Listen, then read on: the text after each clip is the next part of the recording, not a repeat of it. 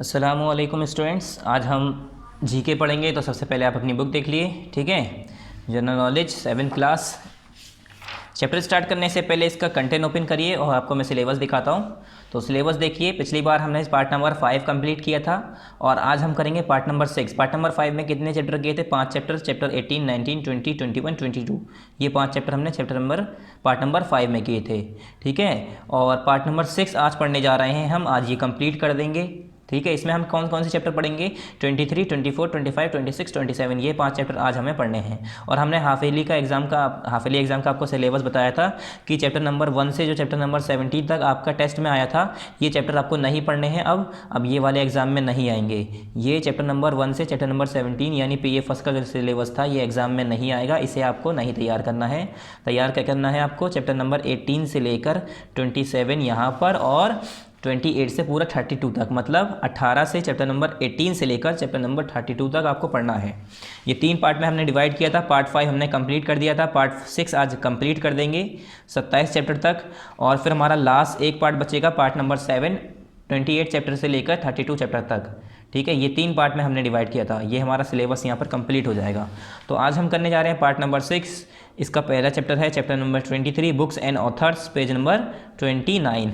तो page number 29 open कर लिए, स्टार्ट करते हैं chapter. Page number 29, books and author, part number 6 यहाँ पर टॉप पर लिख लिए, जैसे हम हर बार की तरह लिखते हैं। बुक्स एंड ऑथर, बुक्स तो पता ही होगा आपको, ऑथर भी पता होगा किसे कहते हैं। तो बुक मतलब किताब, ऑथर मतलब लिखने वाला, जिसने लिखी हो। तो अब यहाँ पर कुछ बुक्स के नाम दिए हैं और यहाँ पर कुछ राइटर के नाम दिए, ऑथर के नाम दिए हैं। अब आपको उनसे मिलाना है कौन सी बुक किसने लिखी है। पहला आया हमारा द नेम सेक, ठीक है। Match the books with its author. Book इधर बुक्स हैं, इधर ऑथर हैं। पहला क्या है हमारा? द नेम सेक। ये नेम सेक बुक का नाम है। किसने लिखी है ये हमारी? ये वाली बुक किसने लिखी है? ये लिखी है हमारी झुम्पा लाहिरी। किसने लिखी है ये? झुम्पा लाहिरी। मतलब इनके जो ऑथर हैं उनका नाम है ये झुम्पा लाहिरी। अब नाम ये जैसा भी हो मगर नाम तो है, तो याद रखना पड़ेगा क्या नाम है इनका? झुम्पा लाहिरी। फिर है हमारा दूसरा द गाइड। द गाइड ये बुक किसने लिखी है? तो ये बुक लिखी है R.K. नारायण ने। किसने? ये इसके राइटर कौन है इस बुक के? R.K. नारायण। फिर है हैरी पॉटर। हैरी पॉटर आप सोच रहे होंगे हैरी पॉटर तो मूवी है। तो ये जितनी भी आपने हैरी पॉटर और ये सारी मूवी देखी है, पहले इनकी क्या चलती थी? कॉमिक बुक चलती थी। तो ये सारी बुक पहले से लिख दी गई हैं, बाद में ये सब मूवीज़ आई हैं। तो हैरी पॉटर जो है, हैरी पॉटर किसने लिखी है? तो हैरी पॉटर लिखी है J.K. रोलिंग ने। किसने लिखी है हैरी पॉटर? J.K. रोलिंग ने। हैरी पॉटर की जो बुक है वो किसने लिखी? J.K. रोलिंग ने। बाद में ये सारी बुक्स की स्टोरी को मूवी के तौर पर एक्टिंग करके दिखाया गया है। फिर आया हमारा the two lifes. Two lifes किसने लिखा है ये? टू लाइफ्स किसने लिखा है हमारा? ये लिखा है विक्रम सेठ ने। विक्रम सेठ का नाम तो आपने कई बार सुना होगा, दिखाते हैं एक मिनट यहाँ पर। विक्रम सेठ ये बहुत मशहूर ऑथर हैं, इनका कई जगह आपको नाम सुनने को मिलेगा आगे जब पढ़ेंगे आप, ठीक है। टू लाइफ्स किसने लिखी है? विक्रम सेठ ने। फिर हमारा आया next the God of small things. The God of small things. अब ये किसने लिखी है? ये लिखी है अरुंधति रॉय ने। दूसरा वाला बी वाला, बी पे यहाँ पर 5 लिख लिए। जो भी मैं बता रहा हूँ इस पर फर्स्ट 7, ये फर्स्ट 2, 3 ये सब लिखते जाइएगा। पहला क्या था हमारा? झुम्पा लाहिरी, इस पर फर्स्ट लिख दिए। फिर दूसरा क्या था हमारा? दूसरा था R.K. नारायण, इस पर 2 लिख लिए। फिर थर्ड क्या था हमारा? J.K. रोलिंग, यहाँ पर 3 लिख लिए। फिर फोर्थ क्या था हमारा? विक्रम सेठ, यहाँ पर 4th लिख लिए। फिर 5th आया था हमारा अरुंधति रॉय, बी वाला, इस पर 5th लिख लिए। फिर 6 क्या है? India from midnight to millennium, ठीक है। India from midnight to millennium ये स्टोरी बुक है, मतलब इंडिया ये एक बुक है जिसमें ये लिखा गया है। इस बुक का नाम है India from midnight to millennium. India midnight से मिलेनियम तक स्टोरी का नाम है ये, मतलब बुक का नाम है, नॉट स्टोरी। तो 6 वाला क्या है? शशि थरूर। क्या नाम है इनका? शशि थरूर। शशि थरूर ने लिखी है ये। फिर आया हमारा 7th बुक का नाम इंग्लिश अगस्त। क्या नाम है इनका? मतलब इस बुक का क्या नाम है? इंग्लिश अगस्त पढ़ते हैं, वैसे अगस्त पढ़ते हैं, अगस्त होता है ये, इंग्लिश अगस्त। तो इंग्लिश अगस्त किसने लिखी है ये लिखी है उपमान्यु छत्तेड़ जी। उपमान्यु छत्तेड़ जी, ठीक है। क्या पढ़ते हैं इसे हम? उपमान्यु छत्तेड़ जी। किसने, कौन सी बुक लिखी है इन्होंने? English August. फिर हमारा 8th आया, 8वां, the inheritance of loss. The inheritance of loss ये भी बुक है, ये लिखी है किरण देसाई ने। किरण देसाई आपने ये भी कई बार नाम सुना होगा, नहीं सुना होगा तो सुना सुना सा लग रहा होगा। फिर आया हमारा गीतांजलि। गीतांजलि बुक ज़रूर सुनी होगी आपने, चाहे इसके राइटर का नाम पता हो चाहे नहीं। गीतांजलि बुक और गोदान, ये भी आपने कई बार सुना होगा। गोदान जो बुक है वो आगे जाके आप उर्दू के उसमें सुनेंगे या सुन चुके होंगे। तो गीतांजलि किसने लिखी है? गीतांजलि लिखी है रविंद्रनाथ टैगोर ने। किसने? रविंद्रनाथ टैगोर ने। और गोदान किसने लिखी है? गोदान किसने लिखी है? मुंशी प्रेमचंद। ये मैंने बताया ना, मुंशी प्रेमचंद। ये जब आप उर्दू पढ़ेंगे आगे तो उसमें आपको बताएंगे कि मुंशी प्रेमचंद के बारे में जब बता रहे होंगे तो उसमें लिखा होगा कि इन्होंने गोदान बुक लिखी, मतलब इन्होंने ये भी लिखी, ये स्टोरी लिखी। थोड़ा बहुत बताते हैं ना, तो उसमें आप पढ़ेंगे। तो गोदान किसने लिखी? मुंशी प्रेमचंद ने। और गीतांजलि किसने लिखी? किसने? रविंद्रनाथ टैगोर। और रविंद्रनाथ टैगोर को लिटरेचर अवार्ड भी मिल चुका है, आपको पता होगा, 1913 में, शायद 1913 में। हाँ। फिर हमारा आया 11th, the room of the roof. ठीक है, रूम ऑफ द रूफ, छत का रूम। बताइए कैसा कैसा बुक का नाम है, अजीब सा। आप जब पढ़ेंगे आपको तभी समझ में आएगा इस बुक में क्या है। तो 11th वाला ये किसने लिखी है? Ruskin bond. क्या नाम है इनका? रस्किन बॉन्ड इसके ऑथर का नाम है। द विलेज बाय द सी। अब विलेज बाय द सी कौन है इसके राइटर? अनीता देसाई। कौन है? अनीता देसाई इनकी राइटिंग है। यहाँ ये किरण देसाई थी, ये अनीता देसाई हैं, अलग हैं ये दोनों। ठीक है। एन वाला है हमारा 12th। फिर आया हमारा 13, द गिलास पैलेस। गिलास पैलेस, गिलास पैलेस के नाम से ही समझ में आ रहा होगा इसका। तो पैलेस तो कहते हैं हम महल को, गिलास का महल होगा, तो इसका कुछ नाम होगा। देखिए यहाँ पर लिखा हुआ है द गिलास पैलेस। किसने लिखी है ये? तो 13 वाला है अमिताभ घोष। यहाँ पर अमिताभ घोष बुक के ऊपर भी लिखा हुआ है, अगर आप अपनी बुक देखेंगे तो यहाँ पर छोटा छोटा लिखा है अमिताभ घोष, राइटर का नाम। फिर है हमारा 14 वाला अ न्यू वर्ल्ड। ये किसने लिखी है? अमित चौधरी ने लिखी है। किसने लिखी है? अमित चौधरी ने लिखी है अ न्यू वर्ल्ड। ये सब बुक्स के नाम हैं। ठीक है, ये बुक के नाम है सब हमारे, ये 1 to 14 तक है हमारा ये यहाँ पर। फिर यहाँ पर ए से लेकर हमारा एन तक हमारा है ये पूरा। ठीक है, पहले ए वाले पे क्या है? 3rd, बी वाले पे क्या है? 5, सी वाले पे 10, डी पे 9, ई पे 14, एफ पे 2, जी पे 8, एच पे 11, फिर आई पे 1, जे पे 7, के पे 13, जे पे हमारा क्या है? ये 7 है। फिर एल पे हमारा 6, एम पे 4, एन पे 12। ये आपको अब सब साफ नज़र आ गया होगा। पेज नंबर 29 है हमारा। अब देखते हैं page number 30, the literary award. अब लिटरेरी अवार्ड के बारे में आपने पहले भी कई चैप्टर्स में जीके में ही सुना होगा, या इधर उधर थोड़ा बहुत टुकड़ों टुकड़ों में, थोड़ा बहुत टूटा टूटा, मतलब आधा आधा कहीं ना कहीं तो सुना होगा। अनडाउटली, ये क्या है? अनडाउटली, अनडाउट, डाउट लिखा है मगर doubtly, undoubtly the Nobel prize for literature is the most coveted prize. Coveted मतलब बेहद मांग वाला, जिसकी कुछ ज़्यादा ही डिमांड हो, ऐसा प्राइज़ बहुत ज़्यादा जिसकी वैल्यू हो। ठीक है, in the literary word. Literary word के अंदर अगर देखा जाए जो हमारा नोबेल प्राइज़ होता है वो बहुत ज़्यादा वैल्यू है उसकी, बहुत ज़्यादा इज्जत है वो प्राइज़, उसकी कुछ ज़्यादा ही मांग है। हर कोई चाहता है कि हमें नोबेल प्राइज़ मिल जाए। अगर आपको भी मिलेगा तो आप भी बहुत खुश होंगे, कोई इसे छोड़ना नहीं चाहेगा। ठीक है, which was won by Rabindranath Tagore. और ये कब जीता गया था? किसके ज़रिए जीता गया था? रविंद्रनाथ टैगोर ने जीता था 1913 में। मैंने बताया था ना अभी, 1913 में रविंद्रनाथ टैगोर ने ये प्राइज़ जीता था। 1913 में इंडिया के ये फर्स्ट ऐसे थे जिन्हें नोबेल प्राइज़ मिला था लिटरेचर के अंदर। आपने सुना होगा लिटरेचर के अंदर मिला था ये। A number of some other prestigious literary award are as follows. अभी कह रहे हैं कुछ ऐसे ही प्रेस्टिजियस मतलब बेहद मांग वाले काफ़ी बड़े ऐसे ही जो हमारे अवार्ड्स हैं वो दिए जाते हैं। पहला है हमारा a Man Booker Prize for fiction. एक होता है Man Booker Prize. Man Booker Prize सुना होगा आपने, बुकर प्राइज़ सुना होगा, मैन बुकर प्राइज़ तो नहीं, बुकर प्राइज़ के नाम से सुना होगा। तो ये किस लिए? फिक्शंस के लिए। फिक्शंस ऐसी स्टोरी, ऐसी नॉवेल होती हैं जिसमें इंसान अपने दिमाग से सारे एक्टर, सारे कहानियाँ लिखता है। जैसे मैं अपने दिमाग से फर्जी बातें बनाकर एक कोई कहानी लिख दूँ तो वो क्या हो गया? फिक्शन हो गया। ठीक है, उसमें कोई रियल चीज़ नहीं होती है। ठीक है, मतलब असलियत में कुछ नहीं हुआ होता है, इंसान ने सिर्फ और सिर्फ दिमाग लगा के लगाया होता है। उसके अंदर के एक्टर, उसके अंदर की कहानियाँ और जो भी चीज़ें चल रही हैं सब कुछ इंसान अपने दिमाग से बनाता है, असलियत में कुछ नहीं होता है, उसे कहते हैं फिक्शन। तो man Booker Prize for fiction, ये जो मैन बुकर प्राइज़ है ये किस नाम से जाना जाता है? Also known in short as the Booker Prize. Booker Prize के नाम से जाना जाता है, जिससे हम लोग नॉर्मली जानते हैं। Is one of the world's most prestigious literary prize. ये वर्ल्ड का सबसे प्रेस्टिजियस, सबसे बेहद मांग वाला प्राइज़ है। सबसे उम्दा, सबसे अच्छा लिटरेरी प्राइज़ है। This award is given each year, ये हर साल ये अवार्ड दिया जाता है। किसे? For the best original full length novel written in English. किसे? नॉवेल राइटर जो नॉवेल लिखते हैं, ठीक है, सबसे अच्छी पूरे वर्ल्ड, मतलब this award is given each year for the best original full length novel written in English by a citizen of either the Commonwealth nation और द रिपब्लिक ऑफ आयरलैंड। या तो फिर वो रिपब्लिक ऑफ आयरलैंड का होना चाहिए या Commonwealth nation का होना चाहिए। और अगर उसने नॉवेल लिखी है, उसकी नॉवेल सेलेक्ट कर ली गई, उसकी नॉवेल अच्छी हुई। और नॉवेल के बारे में आप जानते होंगे, नॉवेल ये समझ लीजिए नॉवेल पूरी पूरी बुक होती है, एक ही स्टोरी, एक ही कहानी उसमें पूरी पूरी बुक में चला जा रहा होता है। अब सोचिए पूरी पूरी बुक लिखना अपने दिमाग से इतना आसान नहीं होता है।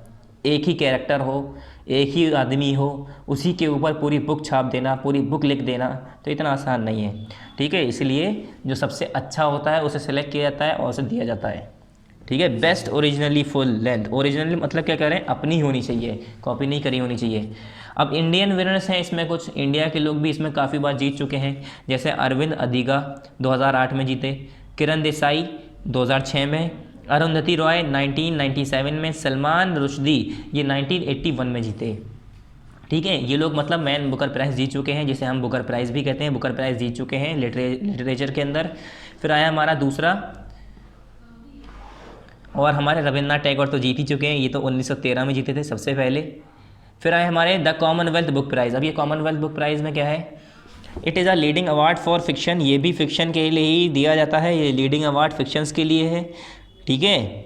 Awarded first time in 1987 by the Commonwealth foundation, और ये पहली बार कब दिया गया था, 1987 में सबसे पहली बार दिया गया था। किस लिए दिया जाता है ये, by the Commonwealth foundation, Commonwealth foundation के ज़रिए। और दिया क्या होता, देते क्यों हैं ये प्राइज़, इनका मकसद क्या होता है इसे देने का, aiming to encourage new Commonwealth fiction, जो लोग हैं उन्हें इनकरेज करने के लिए, ठीक है, उनसे मतलब जैसे होता है ना प्रोत्साहित करने के लिए, मतलब सपोर्ट करने के लिए और उनका हौसला बढ़ाने के लिए, ये कि फ़िक्शन के लिए जो उन्होंने काम किया है, अपने आप इतनी बड़ी बड़ी स्टोरी लिखी, नॉवेल लिखी है, फ़िक्शन पर काम किया है, फ़िक्शन लिखा है, तो उन्हें इसलिए ये बताने के लिए कि उन्हें और सपोर्ट देने के लिए, ठीक है। And work of merit, merit मतलब होता है योग्यता, उन्होंने जो योग्यता दी है, जो क्वालिटी ऑफ बीइंग गुड, अच्छा होने की क्वालिटी, ठीक है, reach a wider readers outside the country of a world. अब जैसे कि मैं अपने वर्ल्ड यहाँ पर कंट्री में एक मैंने स्टोरी लिखी, अब वो इतनी अच्छी हो गई, इतनी छा गई कि मेरे जहाँ पर वो बनाई गई, मतलब जैसे इंडिया में वो नॉवेल लिखी गई, तो इंडिया के बजाय वो बाहर वाले लोग भी लिख रहे हैं। तो ये लोगों के अंदर भरोसा पैदा करने के लिए, आत्मविश्वास जगाने के लिए ये कॉमनवेल्थ बुक प्राइज़ दिया जाता था। पहली बार 1987 में दिया गया कि लोग बाग जब देखेंगे कि इस पर भी हमें प्राइज़ मिल रहा है, तो हर कोई चाहेगा कि हम भी लिखें, हम भी लिखें। लोगों के अंदर जिज्ञासा पैदा होगी और हर बेहतर से बेहतर काम करेगा, तो इंसान का क्या होगा, उस कंट्री के नाम रोशन होगा। तो इसलिए ये दिया जाता है, ठीक है, उस कंट्री का नाम रोशन हो रहा है अब। तो इससे क्या होगा, जब इंसान मेहनत करेगा तो उस कंट्री का नाम रोशन होगा, बाकी बाहर के लोग भी उस कंट्री के बारे में जानेंगे, ठीक है। इंडियन विनर्स, इसमें कुछ इंडियन विनर्स रह चुके हैं, जैसे क्या है, नानेतारा सेघल 1987 में इन्होंने जीता। शशि थरूर ने 1990 में, शशि थरूर का भी पीछे नाम आया था बुक वाला, बुक और ऑथर में। विक्रम सेठ 1994 में इन्होंने जीता, विक्रम सेठ भी। विक्रम चंद्र इन्होंने 1998 में, और इंदिरा सिन्हा ने 2008 में, और राणा दास गुप्ता ने 2010 में, ठीक है। उसके बाद आए हमारे the Neustadt international prize for literary. अब ये न्यूज़डेट इंटरनेशनल प्राइज़ क्या है, it is a biennial award sponsored by the university of Oklahoma. ये क्या है, बाइनियल अवार्ड है। बाइनियल अवार्ड उसे कहते हैं वो जो कि साल में एक बार होता हो, मतलब ये 2 साल में ये अवार्ड एक बार दिया जाता है, हर 2 साल में, हर 2 साल में एक बार दिया जाता है, ठीक है। मतलब 2 साल के गैप के बाद एक बार ये अवार्ड दिया जाता है। Sponsored by the university of Oklahoma, ये ओक्लाहोमा की जो यूनिवर्सिटी है वो कराती है, ये अवार्ड वो दिलाती है। For a body of work, किसके लिए, कुछ वर्क के बॉडी के लिए, ग्रुप ऑफ वर्क्स के लिए, एक काम के लिए नहीं, नॉट अ सिंगल वर्क, सिर्फ एक काम के लिए नहीं। And is one of a few international prize, और ये एक क्या है, एक इंटरनेशनल प्राइज़ है, पूरे इंटरनेशनल से पार्टिसिपेट किया जाता है इसमें, for which poet novelist and play writer are equal eligible. और इसमें ऐसा नहीं है खाली पोइट आएंगे या खाली नोवेलिस्ट आएंगे, खाली प्ले राइटर आएंगे, इसमें हर कोई आता है, पोइट नोवेलिस्ट प्ले राइटर हर कोई इसमें पार्टिसिपेट करते हैं, हर कोई एलिजिबल होता है।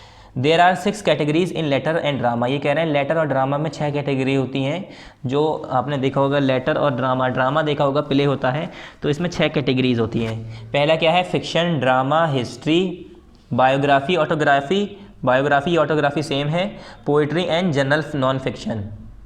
ठीक है, हिस्ट्री में क्या है, हम पुरानी चीज़ों के बारे में लिखते हैं। ड्रामा हमें एक्टिंग करनी होती है, उसमें अलग अलग रोल होते हैं, बाकायदा रोल के साथ नाम के साथ लिखा जाता है। जैसे आपने देखा होगा राम, राम करके फिर उसके आगे उसके सेंटेंस लिखे होते हैं कि मैं नहीं जाऊंगा, फिर लक्ष्मण कह रहा है कि तुम्हें जाना ही पड़ेगा। तो हम ऐसी स्टोरी कभी सुनते हैं, उसे हम ड्रामा कहते हैं, पढ़ते हैं ऐसी स्टोरी, तो उसके पहले नाम लिखा होता है, फिर उसके आगे उसके वर्ड लिखे होते हैं, उसने क्या बोला। फिर लिखा होता है माँ या माता, तो माता जी क्या कह रही हैं, बेटा मेरे लिए सब्जी, बेटा सब्जी खरीद लाओ, उसके आगे लिखा होता है। फिर नीचे लिखा होता है राहुल, यानी राहुल अब माँ से कहने जा रहा है ठीक है माँ मैं चला जाता हूँ। ऐसे करके आपने स्टोरी सुनी होगी, तो उसके पहले नाम लिखा होता है, उसके आगे उनके डायलॉग लिखे होते हैं, तो ऐसी स्टोरी को क्या कहते हैं हम, ड्रामा। ऐसी बायोग्राफी और ऑटोबायोग्राफी में क्या है, बायोग्राफी में किसी के बारे में लिखना, उसकी पूरी ज़िंदगी के बारे में लिखना। ऑटोबायोग्राफी में क्या है, अब मैं अपनी पूरी ज़िंदगी के बारे में लिखूँ, है ना, और फिर वही बुक कोई और छाप दे, या वही मूवीज़ भी बन जाती हैं उसकी, तो वो होती है ऑटोबायोग्राफी। पोइट्री में पोएम आ जाती है। जनरल नॉन फिक्शन, जिसमें फिक्शंस ना किए गए हों, ठीक है, मतलब मनगढ़ंत बातें ना हो, वरना फिक्शंस में क्या है, मनगढ़ंत बातें होती हैं, अपने आप दिमाग से बनाकर इंसान उसे शो करता है। फिर नेक्स्ट आया हमारा हॉलीवुड लेजेंड्स। ठीक है, हॉलीवुड लीजेंड्स। अभी कुछ हॉलीवुड लीजेंड्स की बात करते हैं। पार्ट नंबर 6 यहाँ पर भी लिख लीजिए। और हाँ, मैं ये बात तो आपको मैंने बताई नहीं, हर बार की तरह आपको क्या करना है, यहाँ पर पार्ट 6 लिखना है और डेट मेंशन करनी है। डेट किस दिन की, जिस दिन ये वीडियो यूट्यूब पर अपलोड होगी उस दिन की यहाँ पर डेट। और पार्ट 6 चैप्टर नंबर 23 पर भी, चैप्टर नंबर 24 पर भी, चैप्टर नंबर 25, और ऐसे ही जितना भी हमारा पार्ट 6 में आ रहा है सब पर लिखेंगे, और यहाँ पर सब पर ही डेट लिखेंगे। Hollywood legends, these Hollywood artist are still remember and admire for their exemplary contribution in the cine industry, name them correctly. ये कह रहे हैं ये हॉलीवुड स्टार इतने मशहूर हैं, आज तक इन्हें याद रखा जाता है इनके काम के लिए, आज तक इनकी लोग भाग याद करते हैं और इनकी इज्जत करते हैं। क्यों, क्योंकि इन्होंने हॉलीवुड में काफ़ी बेहतर काम करके दिखाया है, जिसकी वजह से इनका नाम अभी तक लोगों को याद है। पहली है हमारी मैरिलिन मोनरो। तो मैरिलिन मोनरो क्या है, इस कॉल्ड द गोल्डन गर्ल, इन्हें गोल्डन गर्ल के नाम से जाना जाता है। किसे, मैरिलिन, क्या नाम है इनका, मैरिलिन मोनरो, इन्हें गोल्डन गर्ल के नाम से जाना जाता है, सोने की लड़की, गोल्डन गर्ल इसके नाम से जाना जाता है। This most popular Hollywood actress shot to have fame with films like, इन्होंने इनकी फिल्म का नाम बता रहे हैं कि इनकी एक फिल्म है how to marry a millionaire and gentleman prefer blondes. ठीक है, ये इनके 2 मूवी के नाम है, how to marry a millionaire and a gentleman prefer blondes. ये काफ़ी मशहूर फिल्म है इनकी। ठीक है, मतलब ये काफ़ी पुरानी एक्टर्स हैं, यहाँ की हॉलीवुड की काफ़ी पुरानी एक्ट्रेस हैं। फिर हैं एलिजाबेथ टेलर। तो Elizabeth, ELIZA, Eliza BETH, Elizabeth TALOR, Elizabeth Taylor a versatile actress, ये एक वर्सेटाइल एक्ट्रेस हैं। Is known for her acting skills in the famous movie Cleopatra. ये अपनी काफ़ी फेमस एक्टिंग की वजह से, उनकी एक्टिंग स्किल्स की वजह से मशहूर हैं, जो इन्होंने मूवी क्लियोपेट्रा में एक्टिंग की है उसकी वजह से इन्हें काफ़ी इनका नाम है। चार्ली चैपलिन, इसे तो आप काफ़ी अच्छे से जानते होंगे, इसे बच्चे बच्चे जानते हैं। ये क्या है, a British born movie actor and artist. ये एक ब्रिटिश मतलब अंग्रेज़ थे ये, ठीक है, वहाँ पर पैदा हुए, एक एक्टर थे और आर्टिस्ट थे। Was known for his remarkable role in the Tramp, जो द ट्रैम्प मूवी है उसके अंदर इन्होंने जो रोल प्ले किया है, जो एक्टिंग की है, उसके लिए काफ़ी जाने जाते हैं। फिर हैं ये दोनों, इनका नाम क्या है, stand laurel and Olivier Hardy. क्या नाम है, stand laurel, STAN, stand LAUREL, stand laurel, and दूसरे कौन है, ओलिवर हार्डी। ये क्या है, the finest screen comedy Duo. ये कॉमेडी शो करते हैं, स्क्रीन कॉमेडी डुओ है। डुओ कहते हैं दो, मतलब दो लोगों का ग्रुप था, एक का नाम स्टैन लॉरेल और एक का नाम ओलिवर हार्डी था। ये दोनों एक कॉमेडियन थे। Made their successful debut in the Battle of the Century, जो द बैटल ऑफ सेंचुरी है उसमें इन्होंने काफ़ी सक्सेसफुल ऐसे कॉमेडी शो था इनका एक, जिसके बाद से ये बहुत ज़्यादा मशहूर हो गए। फिफ्थ आए often called the king of Hollywood, इन्हें द किंग ऑफ हॉलीवुड के नाम से जाना जाता है। ठीक है, क्या नाम है इनका, इन्हें हॉलीवुड में क्या कहा जाता है, द किंग ऑफ हॉलीवुड के नाम से जाना जाता है। इनका नाम क्या है, क्लर्क गेबल। क्या नाम है इनका, Clark Gable, CLARK Clark, CLARK Clark, GABLE Gable is the best known for the role of Rhett Butler. इन्होंने रेल बटलर का रोल किया है किस मूवी में, Gone with the Wind. Gone with the Wind जो है उसमें रेल बटलर के नाम से इन्होंने एक रोल प्ले किया है, रेल बटलर नाम है इनका। और उस मूवी के बाद से ये काफ़ी मशहूर हो गए और इसीलिए इन्हें फिर द किंग ऑफ हॉलीवुड के नाम से भी जाना जाने लगा। फिर नेक्स्ट है हम्फ्री बोगार्ट। ठीक है, HUMPHREY, Humphrey Bogart, BOGART Bogart, HUMPHREY Bogart. Humphrey Bogart was known for his classic performance in Casablanca. Casablanca क्या है, एक मूवी है, उसमें क्या कहते हैं इन्होंने जो इनकी परफॉर्मेंस जो कैसाब्लैंका की वजह से, मतलब कैसाब्लैंका में जो इन्होंने परफॉर्मेंस दी है, जो एक्टिंग की है, उसकी वजह से काफ़ी मशहूर हैं, काफ़ी जाने जाते हैं। The big sleep and the Maltese falcon, और एक है the big sleep and Maltese falcon. फिर नेक्स्ट है सातवां, इनकी आपने फ़ोटोज़ देखी भी होंगी, मूवीज़ भी हो सकता है आपने देखी होगी। This British actor Daniel Craig, इनका नाम क्या है, डैनियल क्रेग, ये ब्रिटिश एक्टर है। ठीक है, DANIEL Daniel, CRAIG Craig acted as the latest James Bond. अब ये जेम्स बॉन्ड के नाम से, मतलब अब जो जेम्स बॉन्ड का रोल प्ले करते हैं कौन है वो, Daniel Craig. Won accolades for his film Casino Royale, और कसिनो रॉयल के लिए, रॉयल जो फिल्म है उसकी वजह से इन्हें इनाम भी मिला है, अवार्ड्स भी मिले हैं। एट्थ हैं एंथनी हॉपकिन। क्या नाम है इनका, एंथनी हॉपकिंस, यहाँ दिया एंथनी हॉपकिंस, ये S है हमारा, Anthony Hopkins. Made an indelible mark with his performance as the cannibal named Hannibal Lecter। Hannibal Lecter movie में इन्होंने एक the silence of the lambs and its sequel, ये क्या बने हैं,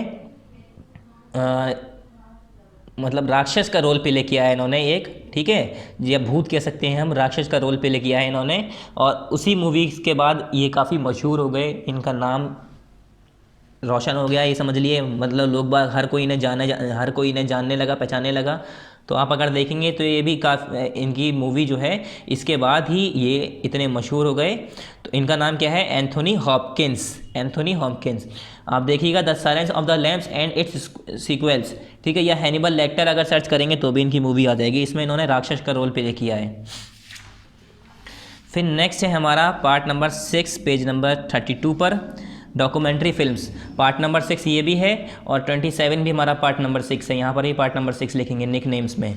ठीक है, तो documentary films depict real and factual situation. Documentary films क्या होती हैं, जैसे मैंने बताया फिक्शंस क्या होते हैं, उसमें मनगढ़ंत बातें करते हैं। डॉक्यूमेंट्री फिल्म क्या होती हैं, जिसमें रियल बातें होती हैं फिक्स, और फैक्चुअल सिचुएशन, जो फैक्चुअल है, जो फैक्ट होता है, ऐसी सिचुएशन को शो करते हैं। जैसे आपने कुछ फिल्में देखी होंगी, उसमें पुरानी चीज़ों को बताया जाता है, जैसे कुछ हिस्ट्री के बारे में बताया जाता है। जैसे पार्टीशन मूवी देखी होगी, उसमें ये बताया गया है कि पाकिस्तान हिंदुस्तान अलग कैसे होता है। तो वो पूरी डॉक्यूमेंट्री जो फिल्म होती है वो रियल बातों पर बनाई जाती है। ठीक है, write down the subject against the following documentary film. अब ये कुछ डॉक्यूमेंट्री फिल्म के नाम है, किस टॉपिक की वजह से बनाए गए थे, किस टॉपिक पे बनाए थे, उसका नाम लिखना है मैं। 1976 में एक फिल्म बनाई टू फ्लाई। तो टू फ्लाई कब बनाई गई थी, सॉरी 1976 में बनाई गई थी, और क्यों बनाई गई थी, इसका सब्जेक्ट था हिस्ट्री ऑफ फ्लाइंग। जो इंसान ने उड़ना शुरू किया, फ्लाई करना शुरू किया, मतलब एरोप्लेन सिंपली हम कह सकते हैं, जो आया बनाया, तो उसकी हिस्ट्री दिखाने के लिए मूवी बनाई गई थी टू फ्लाई। फिर 1984 में एक मूवी बनाई गई grand canyon the hidden secret. Grand canyon the hidden secret के नाम से मूवी थी। इसका मकसद क्या था, इसमें क्यों दिखाया गया था, एक्सप्लोरेशन। एक्सप्लोरेशन का मतलब होता है खोज करना, जो पहले कभी जो खोज हुई है, ठीक है, खोज के टॉपिक था इसमें, खोज करना, मतलब पूरे इसमें जो है खोज की गई है। ठीक है, एक्सप्लोरेशन का मतलब क्या होता है, खोज करना। फिर आया 1985 में द ड्रीम इज़ अलाइव के नाम से मूवी आई स्पेस शटल। इसमें स्पेस शटल सब्जेक्ट था, स्पेस शटल एक टॉपिक था, स्पेस शटल के टॉपिक को लेकर इन्होंने ये मूवी बनाई थी। फिर आया 1991 में एंटार्क्टिका। तो एंटार्क्टिका में आपको पता है लोग बाग तो रहते नहीं है। एंटार्क्टिका एक ऐसी जगह है जहाँ पर 6-6 महीने अंधेरा रहता है, 6-6 महीने सुबह रहती है, ठीक है, बिल्कुल अंधेरा रहता है 6-6 महीने। तो वहाँ पर साइंटिस्ट और इंजीनियर्स ही रहते हैं, तो वहाँ पर लोग बाग रिसर्च करने जाते हैं। तो सब्जेक्ट क्या था, एक्सप्लोरेशन, यानी खोज करना। इसमें भी खोज दिखाई है, रिसर्चेज दिखाई हैं सारी। इनटू द डीप 1994 में ये movie I. Under water exploration, into the deep के अंदर क्या है, अंडर वाटर एक्सप्लोरेशन। इसके अंदर क्या है, पानी के अंदर की खोज दिखाई है इसके अंदर, ठीक है, पानी के अंदर रिसर्च की गई है। 1998 में क्या है, मिस्ट्री ऑफ इजिप्ट। तो मिस्ट्रीज ऑफ इजिप्ट के नाम से आपको पता चल रहा होगा, इजिप्ट जो शहर जो है उसकी हिस्ट्री के बारे में इसमें बताया गया है। ये हिस्टोरिकल मूवी है। कैसी मूवी है, हिस्टोरिकल, ठीक है। फिर 1998 में एवरेस्ट, ठीक है, एवरेस्ट आपने सुना होगा शायद, ये माउंट एवरेस्ट है। तो एवरेस्ट एक ऐसी 1998 में आई, ठीक है। एक्सप्लोरेशन एंड नेचर, इसमें क्या है, खोज के बारे, खोज दिखाई गई है और नेचर, कुदरत के बारे में बात की गई है इस मूवी में। 2001 में आई द ब्लू प्लानट के नाम से। ब्लू प्लानट के नाम से आप पता ही होगा, ब्लू प्लानट हम अपने अर्थ को कहते हैं। तो अर्थ फ्रॉम स्पेस, अर्थ को स्पेस से जैसे हम देखते हैं तो हमारा कैसा दिखता है, ब्लू प्लानट दिखता है। तो वही टॉपिक था हमारा, उसे बताना कि जो हमारा ब्लू प्लानट अर्थ है, तो अर्थ के बारे में इसमें बताया गया पूरा। फिर 2002 में हमारी मूवी आई space station 3D। Space station 3D ये इंटरनेशनल स्पेस स्टेशन की सब्जेक्ट था इसमें, जो इंटरनेशनल स्पेस स्टेशन है उसके बारे में इसमें दिखाया गया है, दर्शाया गया है। 2004 में फिर आई फ़ारेनहीट 9/11। तो फ़ारेनहीट 9/11 जो मूवी है, वॉर ऑन टेररिस्ट के ऊपर जो लड़ाई जंग हुई उसके, ये हमारा टॉपिक होता है, मतलब सब्जेक्ट का मतलब होता है किस टॉपिक पर इस पर बात की गई है। तो टेररिस्ट के ऊपर जो लड़ाई हुई उसके ऊपर। 2005 में March of the penguins. March of the penguins ये सब मूवीज़ के नाम है। मार्च ऑफ द पेंगुइन्स जो मूवी है, ये इसमें नेचर, कुदरत के बारे, कुदरत टॉपिक जो है, कुदरत का टॉपिक लेकर चले हैं, ठीक है। तो ये हमारी कुछ मूवीज़ और उनके सब्जेक्ट्स हो गए। और डॉक्यूमेंट्री फिल्म मैंने बता दिया, डॉक्यूमेंट्री फिल्म ऐसी होती हैं जो रियल होती हैं, जो रियल चीज़ों को देखकर मूवीज़ में वैसे ही बता दिया जाता है। फिर आया हमारा nick names. Identify this person and match their original names with their nick name. अब ये कुछ पर्सन हैं, इनके ओरिजिनल नेम को उनके निक नेम से मिलाना है, जो किसी वजह से उन्हें निक नेम मिले हों पहले कभी। तो आपको पता होगा, पहले तो पता ही होंगे आपको, मिल्खा सिंह। मिल्खा सिंह को किस नाम से जाना जाता है, फ्लाइंग सिख के नाम से जाना जाता है। किस नाम से, फ्लाइंग सिख के नाम से। तो पहले क्या होगा, हमारे फर्स्ट होगा ये फ्लाइंग सिख। दूसरा कौन है फिर, sir Donald Bradman. Sir Donald Bradman, इन्हें किस नाम से जाना जाता है, बोरल वंडर के नाम से जाना जाता है। ये सब इनके निक नेम हैं। सर डोनाल्ड ब्रैडमैन जो है, इनका निक नेम क्या है, बोरल वंडर। फिर थर्ड है हमारा, थर्ड क्या है, बोरिस बेकर। बोरिस बेकर, इनका निक नेम क्या है, इनका निक नेम है बूम बूम, ठीक है। फिर है हमारे गिलेन मैग्रेट। अब ये फोर्थ वाले कहाँ है, हमारा पिजन। इन्हें पिजन के नाम से जाना जाता है। फिर हमारे हैं आयन थॉर्प। इन्हें किस नाम से जाना जाता है, फिफ्थ। तो इन्हें किस नाम से जाना जाता है इन्हें, आयन थॉर्प को। ये है हमारे फिफ्थ थॉरपेडो का मतलब इनके निक नेम दे दिए गए। भाई आपके घर में मुन्ना और बाबू पता नहीं क्या क्या बुलाया जाता होगा, अपने मम्मी पापा आपको कुछ को डब्बू कहते हैं, कुछ को कुछ कहते हैं, ठीक है, गुड्डू कहते हैं, कुछ ऐसे नाम होते हैं जो निकनेम घर वाले बुलाते हैं। ऐसे इन लोगों को भी निकनेम मिले, जैसे मिल्खा सिंह को फ्लाइंग सिख के नाम से, इनके कुछ काम की वजह से इन्हें कुछ मिला ऐसे। तो आयन थॉर्प को क्या बुलाया जाता है, थॉरपेडो के नाम से बुलाया जाता है, इनका निकनेम है। फिर आए सिक्स वाले एमएल जेटोपेक। तो एमएल जेटोपेक, इन्हें क्या नाम मिला था, द सेज लोकोमोटिव। क्या नाम मिला था इन्हें, द सेज लोकोमोटिव, ये इनका निकनेम है। फिर आए ग्रेग नॉर्मन। तो ग्रेग नॉर्मन को क्या नाम मिला था, सेवेंथ वाले कहाँ हैं, द ग्रेट वाइट शार्क। इन्हें द ग्रेट वाइट शार्क के नाम से जाना जाता है। फिर आए हमारे विट चैम्बरलेन इनका नाम है। इन्हें निकनेम क्या दिया गया था, बिग डिपर के नाम से इन्हें जाना जाता है। एक मिनट, अब दिख रहा होगा आपको, बिग डिपर के नाम से इन्हें जाना जाता है, विट चैम्बरलियन को। क्या नाम है इनका, विट चैम्बरलियन। एक तो ये अंग्रेज़ों के नाम भी अजीब होते हैं। विट चैम्बरलियन, इनका नाम क्या है, बिग डिपर के नाम से इन्हें जाना जाता है, नाम इनका विट चैम्बरलियन है, ये इनका निकनेम है। फिर आए मोहम्मद अली। तो इनकी आपने हो सकता है कुछ वीडियोज़ भी देखी हो और इनके बारे में आपने यूट्यूब्स पर काफ़ी आता रहता है, अगर देखना चाहें तो देख सकते हैं। तो मोहम्मद अली, इनका नाम क्या है, इन्हें मतलब क्या निकनेम दिया गया था, लॉस विले लिप के नाम से इन्हें जाना जाता है, मोहम्मद अली को।